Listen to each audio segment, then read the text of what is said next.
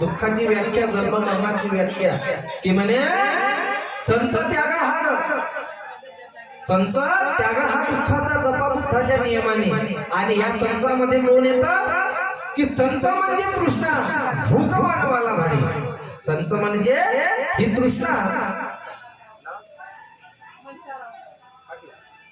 आयुष्यमान मनसारामजी पाटील साहेब यांच्याकडून सुद्धा या विचारधारेवरती 100 रुपये दान मंडळाला प्राप्त झालेला आहे। आणि ऐका की संत म्हणजे तृष्णा भूक मानवाला भारी आणि इच्छा तृप्तीचा घाट कृष्णाच्या आहारी। आता तृष्णा म्हणजे काय? हवे ते न मिळणे दुःख म्हणते त्याला, हवे ते न मिळणे म्हणजे दुःख म्हणते त्याला। आणि या तृष्णेपासून दुःखाचा जन्म आणि या तृष्णेचा जन्म कुठून आहे तर या वासनेपासून आहे। वासना मनुष्याला ही फार महत्त्वाची वाटतं, पण या वासनेपासून दुःखाच्या दोहामध्ये कोसळतो आणि कुशल आपल्याला कळत नाही। आणि म्हणून नाही का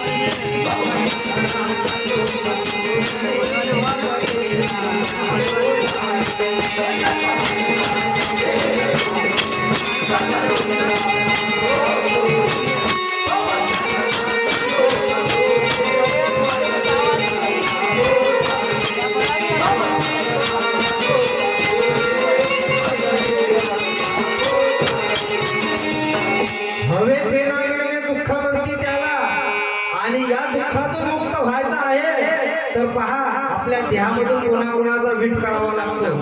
काम क्रोध द्वेष मत्सर राग लोभ अहंकार आशा तृष्णा इच्छा आणि कल्पना करा वासनेला मन शुद्धीच्या चित्ताला तेव्हा तुमचं मन चित्त हे शुद्ध होईल। आणि परिशुद्ध झाल्यानंतर तुमच्या देहामध्ये कुशल कर्म निर्माण झाल्याच्या नंतर तुम्ही अष्टांगिक मार्गापर्यंत पोहोचाल। अष्टांगिक मार्गापर्यंत गेल्याच्या नंतर 10 पायऱ्या पूर्ण करून तुम्ही 4 पायऱ्यावरती चालून आगामी अनागामी एक भी नाही श्रोतापन्न आणि अभर्ण पदावर आणि जन्म मरणापासून मुक्त होऊ शकता। हा जो चक्रव्यूह आहे 12 पाकड्याचा यामधून मुक्त होण्यासाठी एवढं कार्य करावं लागतं नाही का।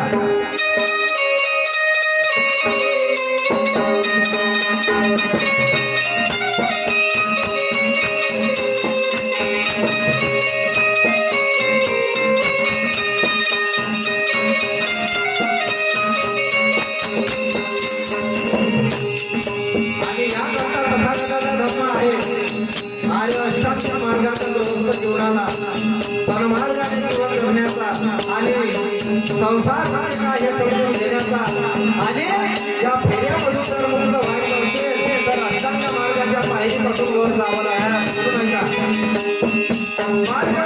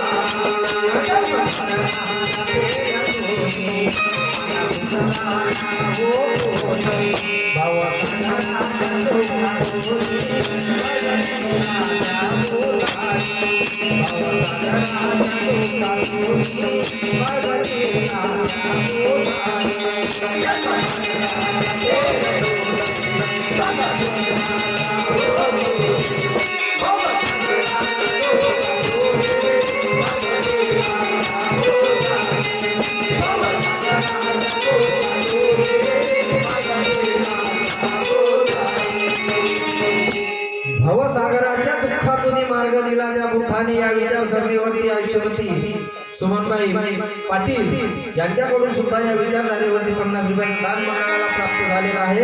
आणि ऐका, प्रज्ञा म्हणजे विशुद्धी ज्ञान, प्रज्ञा म्हणजे विशुद्धी ज्ञान म्हणजे बुद्धी, आणि या बुद्धीच्या भरोश्यावरती शिलेचा जपतात केलं पाहिजे, शिलेचा पालन केलं पाहिजे आणि शिलेचं पालन करून छाने आपल्या जीवनाचं जयमंगल जय कल्याण केलं पाहिजे आणि समाधी लावली पाहिजे. विपश्यनेच्या आहारी जाऊ नका बांधवांनो, लक्षात घ्या. गोयंका गुरुजींनी जे विपश्यना केंद्र आहे त्या आहारी जाऊ नका, कारण की जे बाबासाहेबांनी नाकारलं ते आपण स्वीकारलं नाही पाहिजे. समाधी लावून काही तुम्हाला साध्य होणार नाही. समाधी लावा कुशल चित्ताची, कुशल एकाग्रतेची, कुशल बुद्धीची, की मी जे काही करत आहे हे योग्य करत आहो का हे तत्काळ आपल्याला जाणता आलं पाहिजे. अशी आपली बुद्धी चतुर असली पाहिजे. आणि म्हणून शेवटच्या शब्दामध्ये मला वर्णन करायचं आहे.